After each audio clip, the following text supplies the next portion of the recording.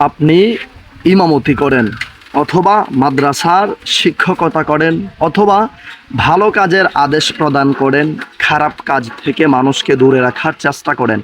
এক কথায় আপনি অনেক সম্মানী একটি জায়গায় আছেন, সম্মানী জায়গায় থেকে আপনি ভালো কাজগুলো করেন। তখন দেখবেন আপনার অনেক বাধা আসবে, আপনার পেছনে অনেক মানুষ লেগে যাবে, আপনাকে অনেক অপমানিত অপদস্থ হতে হবে, অনেক লজ্জিত হতে হবে, অনেক লাঞ্ছিত বঞ্চিত হতে হবে।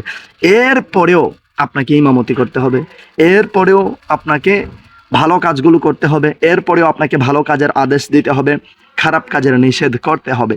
কেননা রসুল সাল্লাল্লাহু আলাইহি ওয়াসাল্লাম বলেছিলেন যে আখিরি জামানায় আমার উম্মতের ঈমানটা ধরে রাখা এতটা কঠিন হবে, হাতের মধ্যে একটি আংরা, আগুনের একটি আংরা রাখতে যেইটুক কষ্ট হবে এর থেকেও আরও দ্বিগুণ কষ্ট হবে ঈমান ধরে রাখা।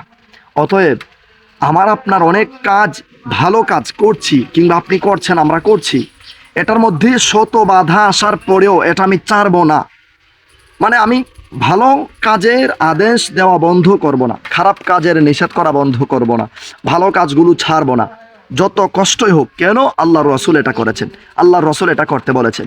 আমার শত কষ্ট হোক, শত যন্ত্রণা হোক, শত অপমানিত অপদস্থ হই না কেন, এরপরে আমি ভালো কাজ ঠিকই করব, খারাপ কাজের বাধা ঠিকই দেব এবং সম্মানী কাজগুলো অবশ্যই করব, কারণ আল্লাহর রসুল এইগুলো করতে বলেছেন।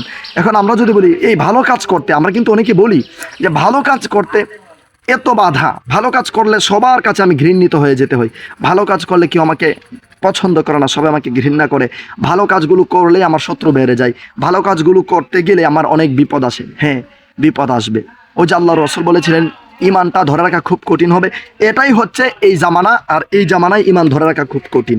আপনি যেই কাজগুলো করছেন, ভালো কাজগুলো করছেন, এগুলো করতে অনেক কষ্ট হচ্ছে, আপনার অনেক অনেক কষ্ট হচ্ছে, আপনি অনেক আঘাত পাচ্ছেন, আপনি অনেক কষ্ট পাচ্ছেন, কিন্তু এরপরেও ইমানটা আপনি ধরে রাখছেন, আপনি ভালো কাজগুলো করছেন, আপনি ভালো কাজের আদেশ দিচ্ছেন, খারাপ কাজের নিষেধ করছেন, এগুলোই হচ্ছে ইমান ধরে রাখা। আপনি আপনার ইমানের মধ্যে অটল আছেন।